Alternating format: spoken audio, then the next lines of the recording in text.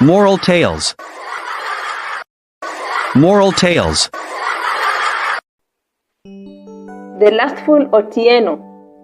In the bustling streets of the coastal city, a man who hailed from the countryside named Otieno was known for his insatiable lust. He was amazed by the abundance of beauties in the big city.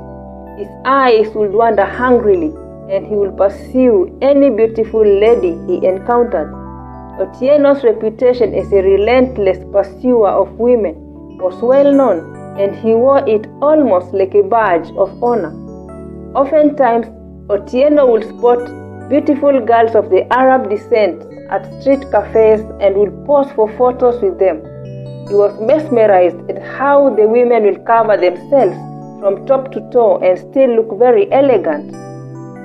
One hot afternoon, while strolling along the scenic coastline, Otieno's gaze fell upon a breathtakingly beautiful girl. Her beauty was otherworldly, with eyes that shimmered like the ocean and a smile that could melt the hardest of hearts. Without a second thought, Otieno approached her, his charm in full display. "Hello, beautiful," he said, flashing his most confident smile. "May I have the honor of knowing your name?" The girl giggled, her laugh sounding like the tinkling of delicate bells. "I am Leila," she replied. "And you are?" Her voice as enchanting as her appearance. "I am Otieno." Otieno, captivated, did not waste any time and asked Leila, "Would you mind joining me for dinner?" Leila was a bit hesitant. Come on, Leila," Otieno insisted. "Let's have a refreshing cold drink. It's been a scorching day." Leila agreed, and they dined together at a nearby hotel. As the night fell, Otieno found himself unable to release his grip on Leila. The desire to be closer to her overwhelmed him, prompting him to invite her to a lively club known for its vibrant atmosphere. Much to his delight, Leila accepted his invitation. That evening, Otieno and Leila danced the night away, the chemistry between them palpable. As the night grew older, Otieno suggested they continue their evening in a more private setting. Leila agreed, though with a mysterious smile. Little did he know that something strange was in store for him. Leila wasn't a normal human being. She hailed from the underworld and was just out here to teach the likes of Otieno a lesson. They checked into a luxurious hotel room. Otieno marveled at the rare beauty beside him. Leila's easy acceptance of all his invitations during their first encounter puzzled him. Otieno was just about to get down with her, but then Leila requested that he turn off the lights. Before he could make a step, she surprised him by swiftly stretching her hand from the bed and pressing the switch button. Otieno, mouth wide open, turned to ask Leila how she managed to do that.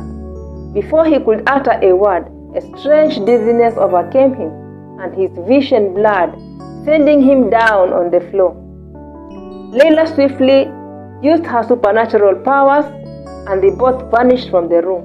Leila, being a sea creature, a jinn, went back to where she belongs, the underworld. She meant no harm to Otieno, but to put an end to his lustful behavior. Early morning the next day, Otieno regained consciousness. He opened his eyes, sun rays flickering on his eyes, and tried to look around. Alas, he couldn't move. He was naked and precariously perched atop a tall coconut tree near the ocean's edge. The salty breeze stung his eyes, and he quickly realized the gravity of his situation. He was high above the ground, with no way to climb down. Panic set in as he shouted for help in Swahili. "Nisaidieni!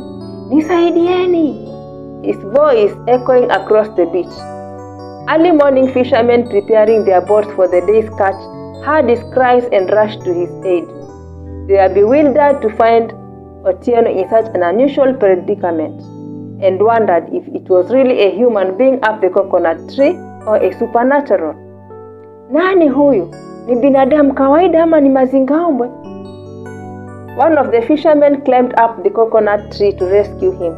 As they helped him down, they covered him with a shuka. Otieno couldn't shake off the embarrassment and confusion. The fisherman, curious and amused, asked him how he ended up there. Maajabu haya, ulifikaje huko juu he? Otieno, too ashamed to admit the truth, muttered something about a strange lady he encountered and how he thought he got a beautiful catch for the night. The fishermen laughed their hearts out and warned him of pursuing random girls he bumps into without knowing where they hail from. Hii ni pwani bwana, chunga na warembo, utaangamia. As he walked away, he couldn't help but think about Leila. He had been warned about the supernatural along the coast, but he never believed the tales. Now he knew better. Otieno's pursuit of beautiful ladies had led him to a jinn in disguise, teaching him a lesson he will never forget. From that day on, Otieno's ways changed. He no longer chased after every beautiful woman he saw. Instead, he treated everyone with respect, knowing that not everything that glitters is gold, and sometimes beauty will hide the most powerful of mysteries. The end. Moral of the story: appearances can be deceiving, and uncontrolled body desires can lead to unforeseen and unpleasant consequences.